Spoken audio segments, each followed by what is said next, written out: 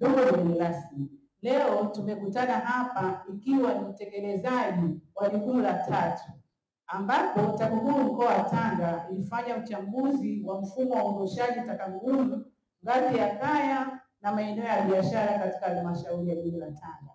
Baada ya kufanya uchambuzi huu na kubaini mianya ya rushwa, leo tunakutana na wadau ili kujumuika hapa nasi ili kuweza kuwakilisha yaliyobainika katika uchambuzi uliofanyika na kuweka mikakati ya pamoja ya kudhibiti mianya ya rushwa.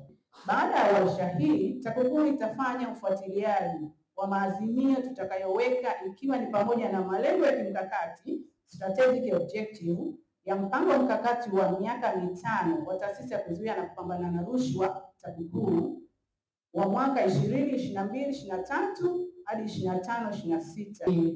Kwa heshima na taadhima kuwashukuru watu wa TAKUKURU kwa kuona kwamba nafaa kuwa mgeni rasmi katika shughuli hii adhimu.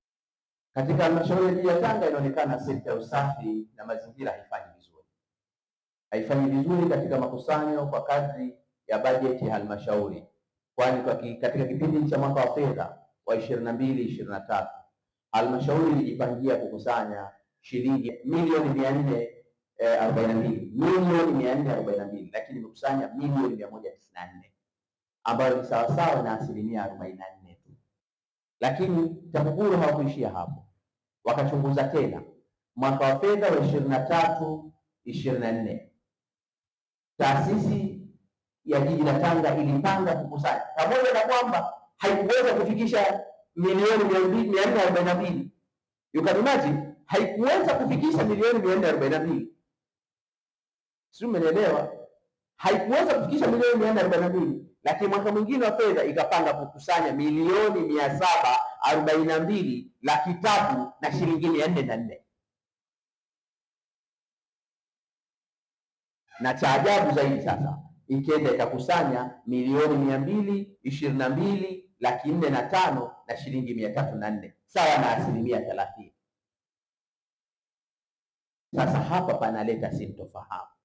Unakuta kuwa kata nzima mashine ya kukusanyia mapato ni moja na kata ina mitaa 11.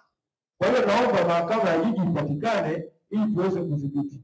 Lakini mkandarasi ambaye ni mwathirika, tunashukuru iwapo halmashauri mtabadilika kuhusu malipo ya wakandarasi, kwa sababu haiwezekani mkandarasi aombe malipo mwezi mmoja alipwe baada ya miezi miwili.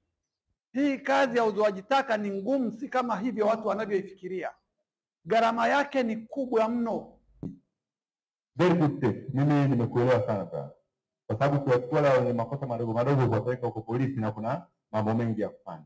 Mimi na sisi tulichukue kama jiji, niongee na mwanasheria tuangalie anatusaidiaje kufanya jambo litekelezeke. Mnunuzi wa post. Yes. Genuine reason, genuine comment kabisa. Najua kuna mchakato wa kununua post pamoja na hizo stick bucket. Labda tupatie mchakato wa gani, lakini ninajua kwa uhakika tuko kwenye mchakato wa kuongeza post. Kuondoa taka. Issue ya kuondoa taka kwenye maeneo ya watu ni lazima, kwa mujibu wa mwongozo na kwa mujibu wa bylaws zetu. Hakuna mtu anasema napeleka taka ninapojua mimi, hakuna na kujua yeye kupeleka taka. Ndio anatengenezea madampo holela, si ndio? Kwa issue ya mtu kumuondolea taka kwenye kizimba chake kwenye nyumba ni ya lazima. Vile vile ni issue ya lazima kwa mtu kulipia kuondolewa taka.